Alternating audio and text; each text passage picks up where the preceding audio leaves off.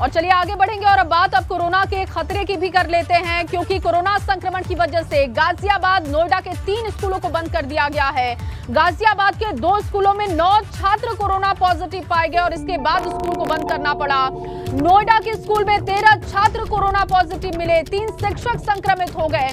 तीनों बंद स्कूलों में फिर से ऑनलाइन क्लासेस शुरू कर दी गई हैं। तो जैसे ही क्लास खुले वैसे ही कोरोना का खतरा बढ़ने लगा।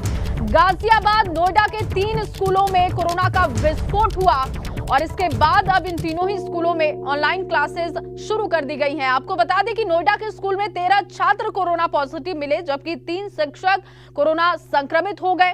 इसके अलावा अगर गाजियाबाद की बात करते हैं तो बताया जा रहा है कि 2 ऐसे स्कूलों में 9 छात्र कोरोना संक्रमित मिले, जिसके बाद ऑनलाइन क्लासेस शुरू कर दी गई हैं। एहतियात के तौर पर स्कूलों को एक बार फिर से बंद कर दिया गया है। नोएडा और गाजियाबाद के तीनों ही स्कूलों को बंद किया गया। नोएडा में 13 छात्र और 3 शिक्षक संक्रमित मिले हैं। और इसी खबर पर ज्यादा जानकारी के साथ शक्ति मेरे सहयोगी गाजियाबाद से जुड़ चुके हैं।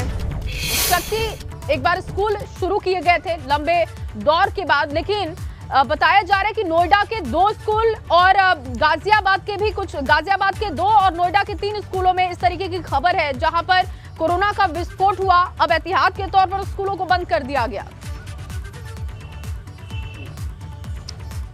जी देखिए जया, अगर मैं इसमें एक अपडेट कर देता हूं कि गाजियाबाद के अब टोटल 3 स्कूल हो गए हैं। वहीं गाजियाबाद के इंदिरापुरम क्षेत्र में जहां 2 स्कूलों में बच्चे कोरोना पॉजिटिव पाए गए थे, तो आज की रिपोर्ट ये है कि आज एक निजी स्कूल में और कोरोना पॉजिटिव रिपोर्ट आई है। तो कुल मिला के गाजियाबाद की बात की तो गाजियाबाद में 3 निजी बड़े स्कूलों को बंद किया गया है, वहां पर कक्षाएं ऑनलाइन की गई है। वहीं नोएडा की बात की जाए तो नोएडा में 1 स्कूल। तो कहीं ना कहीं अब संक्रमण का जो खतरा है वो फैलना शुरू हो गया है और चिंताजनक बात यह है कि अब ये संक्रमण बच्चों में फैलना शुरू हो गया है। जिस तरीके से काफी समय बाद स्कूल खुले थे और कोरोना के मामले कमी आने के बाद स्कूल एक बार फिर खोलने शुरू किए थे, जिसमें कि बच्चों के चेहरे पे एक बार फिर रौनक लौटनी शुरू हुई थी।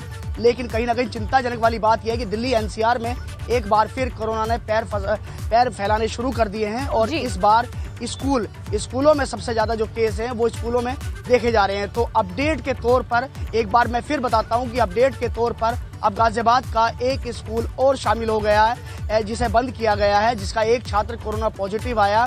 उसके बाद उस स्कूल को बंद किया गया और अब उसकी कक्षाएं भी ऑनलाइन की जाएंगी। तो जिस तरीके से नोएडा में 13 छात्र और 3 टीचर, तो ये चिंताजनक बात थी। वहीं गाजियाबाद के 2 स्कूलों में कई छात्रों की रिपोर्ट कोरोना पॉजिटिव आई थी।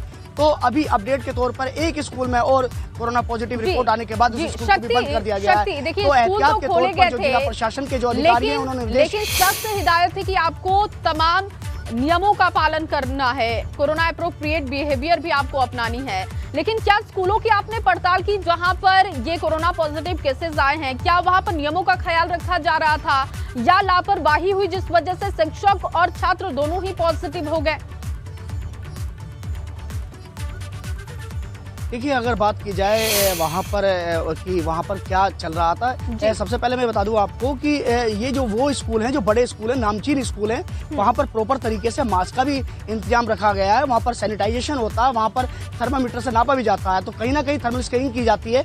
तो कहीं ना कहीं ये स्कूल वो हैं कि जिन स्कूलों में प्रॉपर तरीके से कोरोना जो गाइडलाइन है उसका पालन कराया जाता है। उसके बावजूद भी जिस तरीके से अब कोरोना फैलना शुरू हो गया है तो चिंता की बात है। अगर बात की जाए इन स्कूलों की, तो इन स्कूलों में जो प्रवेश दिया जाता है तो उससे पहले भी बच्चों को थर्मल स्कैनिंग की जाती है, मास्क का प्रॉपर इंतजाम किया जाता है। लेकिन बच्चे हैं और बच्चे नासमझ जरूर होते हैं, तो कहीं ना कहीं वो मास्क नीचे कर लेते होंगे, कहीं ना कहीं ऐसी बात जरूर देखने को मिलती होंगी। तो कहीं ना कहीं चिंताजनक बात ये देखने को मिली है। और अगर बात की जाए प्रशासन की, तो प्रशासन ने अब यानी कि पूरे एहतियात के तौर पर स्कूलों के लिए गाइडलाइन जारी कर दी गई है कि सभी जो स्कूलों में पहले से ही बच्चों की जो रिपोर्ट्स है वो चेक कराएं और वहां पर जो कक्षाएं हैं, जिन स्कूलों में भी छात्रों की रिपोर्ट पॉजिटिव आ रही है उन स्कूलों में वहां पर प्रॉपर तरीके से उनकी जांच पड़ताल कराने के बाद ही उन्हें अंदर आने की अनुमति दी जाए। तो कहीं ना कहीं ऑनलाइन जब कक्षाएं शुरू हो गई हैं, अगले आदेश तक के लिए बंद किया गया है।